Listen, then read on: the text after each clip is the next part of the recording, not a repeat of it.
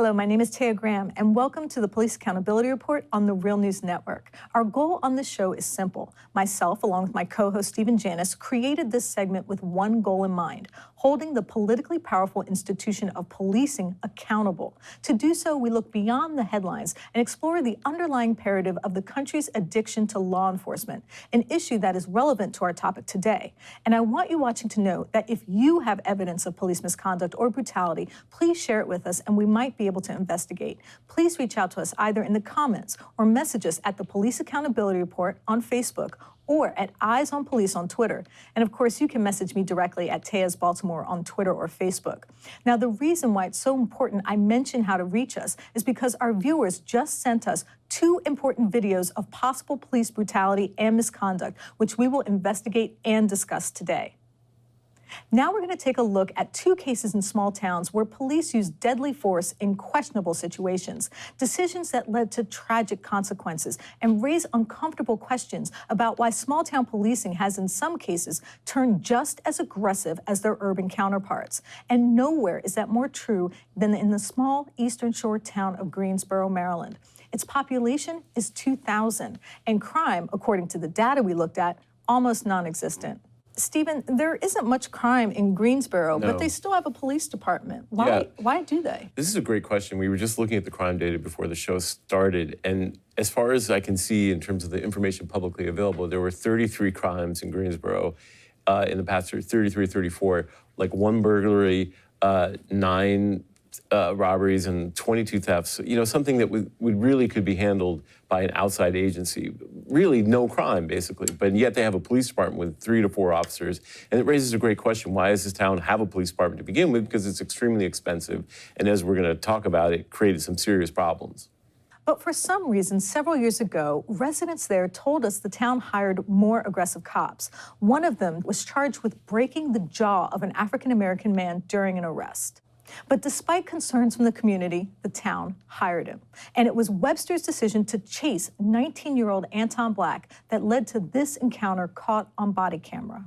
Here you can see Anton is taken to the ground, and one of the officers lays his body across him. It is this point that an outside expert we consulted said Anton died from positional asphyxiation. But despite the evidence, prosecutors declined to investigate Officer Webster, and the Maryland State Medical Examiner ruled his death an accident. Stephen, the medical examiner has a penchant for ruling accidental in cases of police-involved brutality and death. We've looked at several cases, including Tyrone West, Antoine Boyd in Maryland, where police laid on top of him or put downward pressure, where outside experts or outside pathologists said it was positional asphyxiation, but our state medical examiner had ruled an accident. And this has raised a lot of questions and a lot of tensions in the community, because the belief is that the medical examiner is working with police to cover up these cases. And that, of course, was true in Anton's case. As you can see in the body cam footage, there's an officer laying across him. We didn't point this out, but Anton was like 5'9", 160 pounds. And you have a 200-pound cop laying right across his body. Who initially had his arm around his neck in a chokehold type position. And positional asphyxiation comes when you're laying prone on the ground, and then you have a heavy weight put on top of you. It's something that also happens when someone is in a riot, and it's called trauma crush. You're laying down on the ground, and then people put their weight on top of you, and it leads to positional asphyxiation. Yeah, and that's why the medical examiner we consulted, decided that it was positional asphyxiation, but the medical examiner, state medical examiner, who really makes this determination, said it was an accident related to a underlying heart condition, which seemed really kind of random. And as our medical pathologist said, was something that really wouldn't factor into his death and would be something he could live with his whole life, and wasn't really that sort of physical anomaly that would cause any problems. So this has been a big problem in this state because young men, African-American men, have died in police custody, and the medical examiner keeps ruling them accidents. Now, didn't we hear that there were actually police officers in the room while the autopsy was being performed? So couldn't that have an undue influence on the decision or the ruling that the medical examiner makes? According to A. Dwight Pettit, who is a board member of the Real News, but also a civil rights attorney, one of the biggest problems he encounters when he is litigating these cases in federal court is that police officers are present during the autopsy, and also are providing most of the information that the medical examiner is receiving. So there is a sense that there is not an independent outside authority that is looking at this, but rather an agency that is completely compromised by police. That's a big concern. But yesterday we saw the consequences of both unnecessary policing and lax oversight, a family's inconsolable pain. The Real News attended a memoriam for Anton 1 year after he died at the hands of police. There, his family expressed frustration with authorities' refusal to charge the officers involved. We want justice. We're going to get it one way or another. If we're going to go as far as we can, as long as we can, and we don't care if it takes years to see any type of settlement. Dollars don't mean anything to us. You cannot put a price on his life. You cannot put a price on my mother and my father's son, my brother, my sisters. None of us care. That doesn't matter. Police say a white woman called police and said Anton had kidnapped a young boy. However, the boy turned out to be his cousin. And as the surveillance video we obtained reveals, Anton and his cousin are casually walking together prior to being stopped. Footage that hardly looks like a kidnapping, which is why Anton's father asked a question that too often goes unanswered in the wake of police-related deaths. What justified the decision by police to chase, taser, and arrest this young man? What I don't understand is why is he gone? What did he do? He was walking down the street with his friend, a young man that he mentored. He used to go to the track and teach kids how to run with his coach, someone he looked up to, his track coach. What did he do that was so bad? He wanted to be a police officer because he used to look up to the chief. He used to stay at his house. What was so bad about it? All he was doing was walking down that road a block from his house when somebody said he tried to kidnap somebody. Okay, where's the handcuffs? None. Where's the rope? None. Where's the duct tape? None. That's all a lie. But during the protests, we also learned of some developments behind the scenes that stunned us. The same prosecutors who refused to investigate the officers involved in Anton's death had launched a probe into another Caroline County cop. Stephen, can you explain what you heard? Well, yeah, according to people that we spoke to who had been working with the family to investigate this, the Caroline County attorney has appointed a special prosecutor to look into an arrest of a white resident by the former police chief of Greensboro that did not result in injury, but was just considered to be a little overly aggressive. And there was feeling in the family and the people who support Anton that this is completely ridiculous and disproportionate, because why would they investigate the arrest that didn't lead to any injury and appoint a special prosecutor, but in the case of Anton, declined to even impanel a grand jury. In other cases like Michael Brown in St. Louis, they went to a grand jury in Eric Gardner. Of course, the grand jury did not return an indictment, but at least they went through the process. Well, here in Caroline County, Joe Riley, the state's attorney, refused to bring the case to a grand jury. So there's really no sense that anything was done at all. And now we turn to a story that came from you, our viewers. A viewer, Noli D, emailed us about the developing story of a police killing in Aberdeen, Washington. As you can see here in the video, police shot and killed this man, Christopher Fitzpatrick, after they say he brandished a gun. However, the video from a nearby surveillance camera released after the police said Fitzpatrick was armed raises questions about that version of events. Stephen, we both looked at the video, and even though it's sometimes hard to see, how do you interpret what you saw? Well, I mean, it's not the best video, but it's hard to see a gun. I mean, we looked at it multiple times, and we can show it now while we're talking.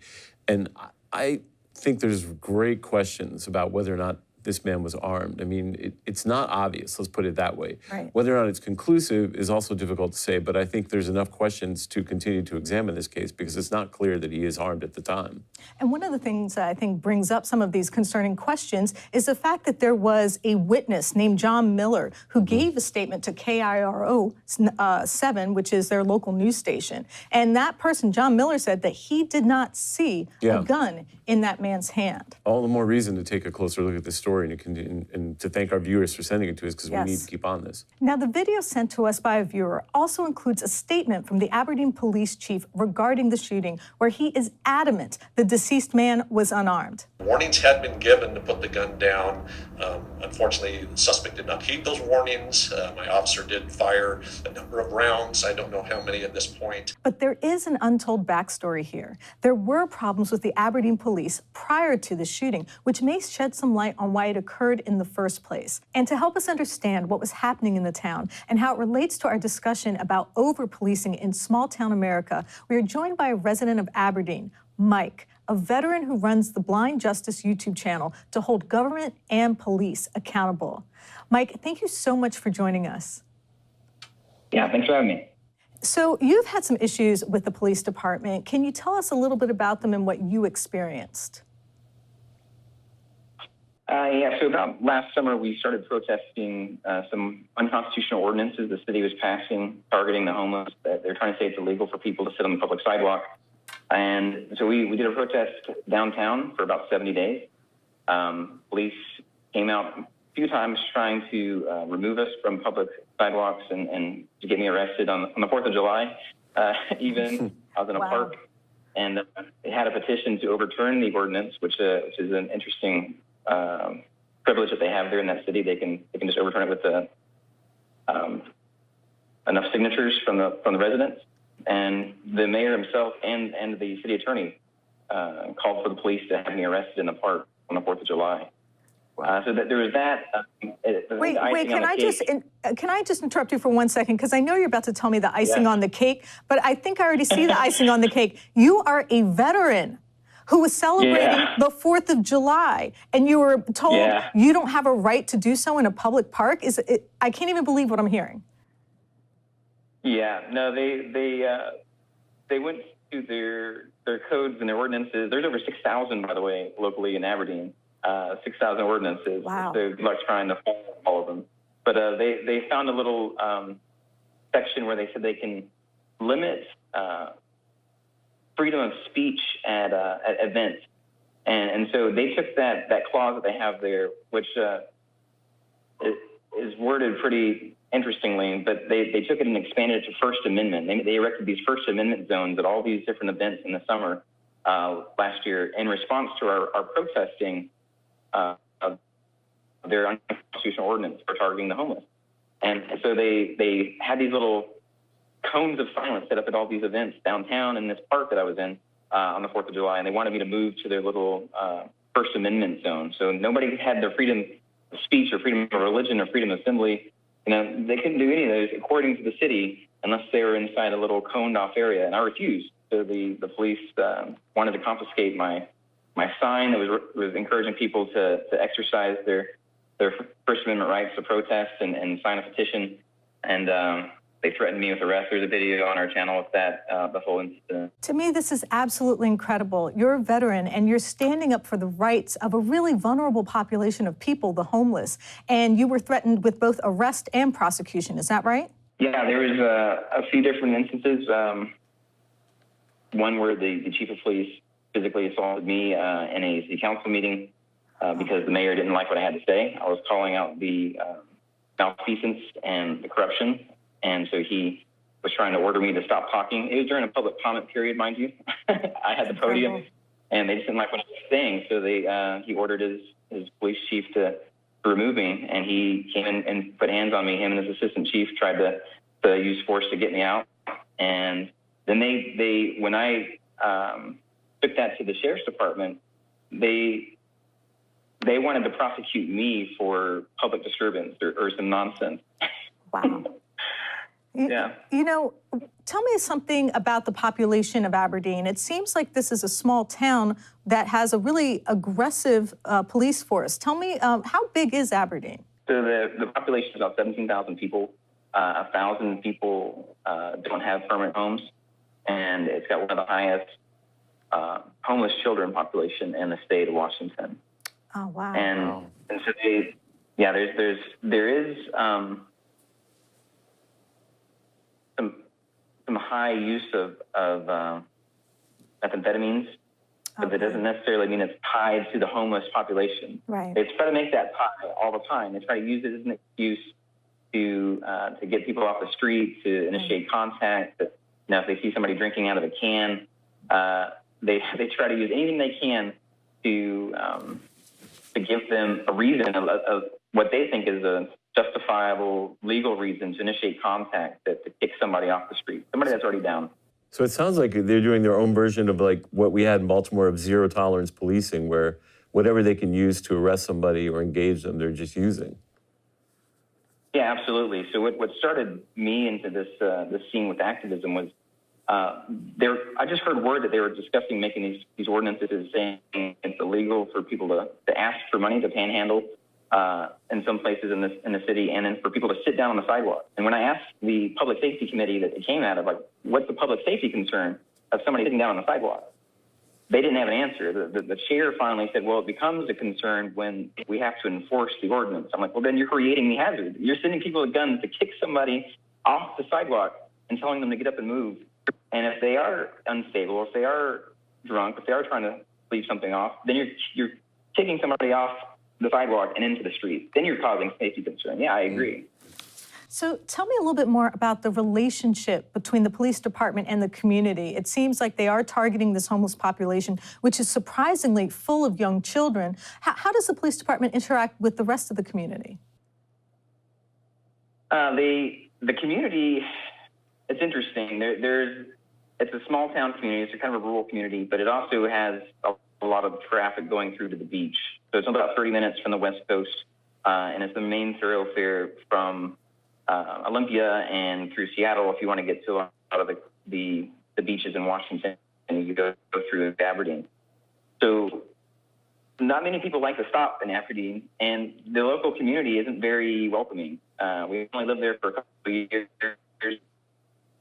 and a very close-knit kind of good old boy system, which typically means that they're close and support their law enforcement, and the law enforcement kind of does the same, unless you're on the business end of the law enforcement, right? Which a lot of people are. A lot of people don't trust and don't like the law enforcement because they use abuse, and they use any tactics they can to try to make revenue for the city. So I know that you actually asked Sheriff Steve Shimati about the shooting. Can you tell me about the response you got? And can you tell me what you know about the shooting of Mr. Fitzpatrick? Well, the video that we have on our channel was me asking the new Aberdeen Police Chief, Steve Shumate. This is months ago. This is prior to this shooting. This shooting happened this past Monday. Right. But because of the aggressive nature and the abuse that I was already aware of from the Aberdeen Police, and this was a new chief coming in, mind you, he came in from the Sheriff's Department. So who's investigating the shooting of Mr. Fitzpatrick? The Sheriff's Department, where Steve just came from. Right. Wow. So when I asked him this question, he was new to Aberdeen months ago, and he was coming in. He held town halls to try to set people at ease about police. They had major turnovers in the Aberdeen Police in the last 2 years. A lot of their senior officers either left or retired. So when I asked him about holding his officers accountable, their criminal behavior, them violating laws, violating people's rights, assaulting people, and raiding people's homes without warrants, I asked if he would hold them accountable when he knew his officers were breaking the law, or if he was going to plan on holding them accountable to policies like happens all over the country when officers kill people. He said that he'd hold his officers accountable to policies. And so I asked him a second time, and he still didn't say he'd hold them accountable to the law. He'd hold them accountable to department policy. That's a very fine distinction to make, to hold the officers not accountable to the law, but to the internal policies of the police department. That is a very fine and tricky distinction that's being made there. So tell me, I know you mentioned to me that you know of a pastor who knows the man who was shot. Do you know how the community is responding to this killing? Yeah, so we keep an ear to the ground as far as at least on the social media scene with the community, and that's what's interesting is you get a lot of polarization. A lot of people that they're actually on the ground, that you meet in person, on the street, are caring and loving, and find it tragic when there's this violent loss of life.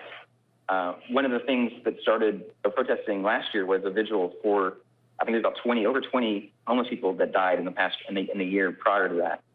And they had a vigil for Mr. Fitzpatrick yesterday. So the community is strong as far as supporting each other. Mm-hmm. They just, there's a polarization going on. There literally is a hill in Aberdeen. There's a ridge, and then there's a river, right? And the wealthy live on the hill and look down on the people that live down by the river.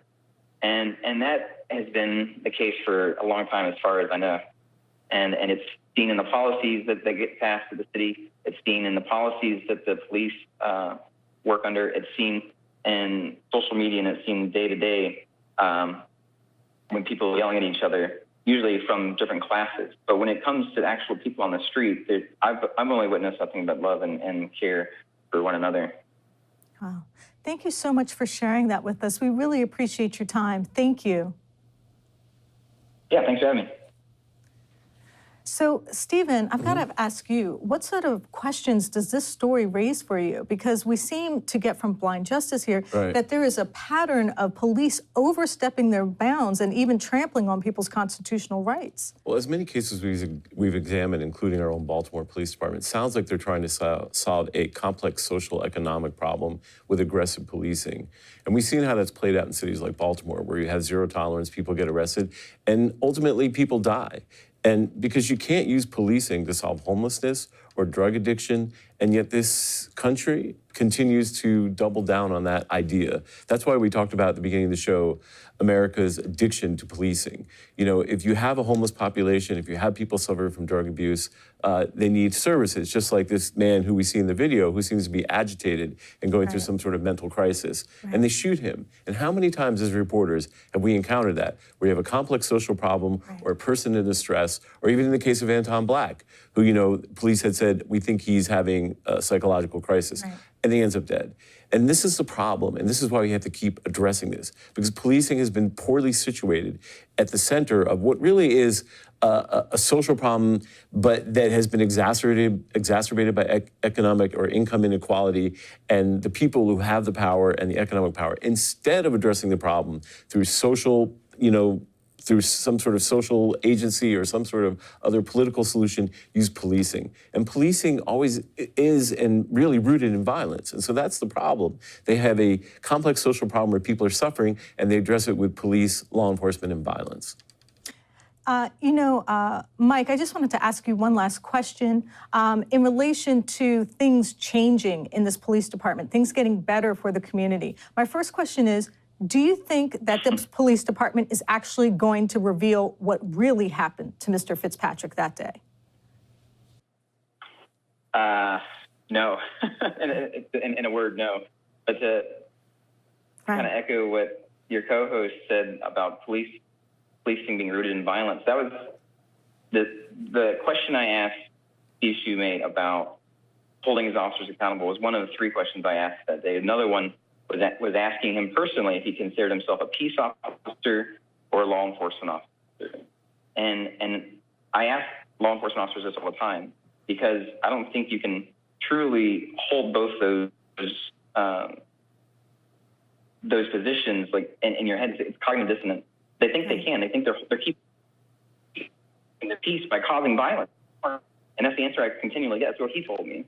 And so it's really hard to get through when they think that they have to make peace through war, basically. They have to make everyone submit to in the ruling class. And then that's peace. Well, I think that's a good place to stop. I want to thank my co-host, Stephen Janis, for joining me, and I want to thank Mike of Blind Justice for his help in holding government and policing accountable. And remember, if you have evidence of police misconduct or brutality, please share it with us, and we might be able to investigate. Please reach out to us either in the comments or message us at the Police Accountability Report on Facebook or at Eyes on Police on Twitter. And of course, you can message me directly at Tea's Baltimore on Twitter or Facebook. And of course, please like and subscribe. I'll be there in the comments section. I'm your host, Tea Graham, and I want to thank you for joining me on the Police Accountability Report.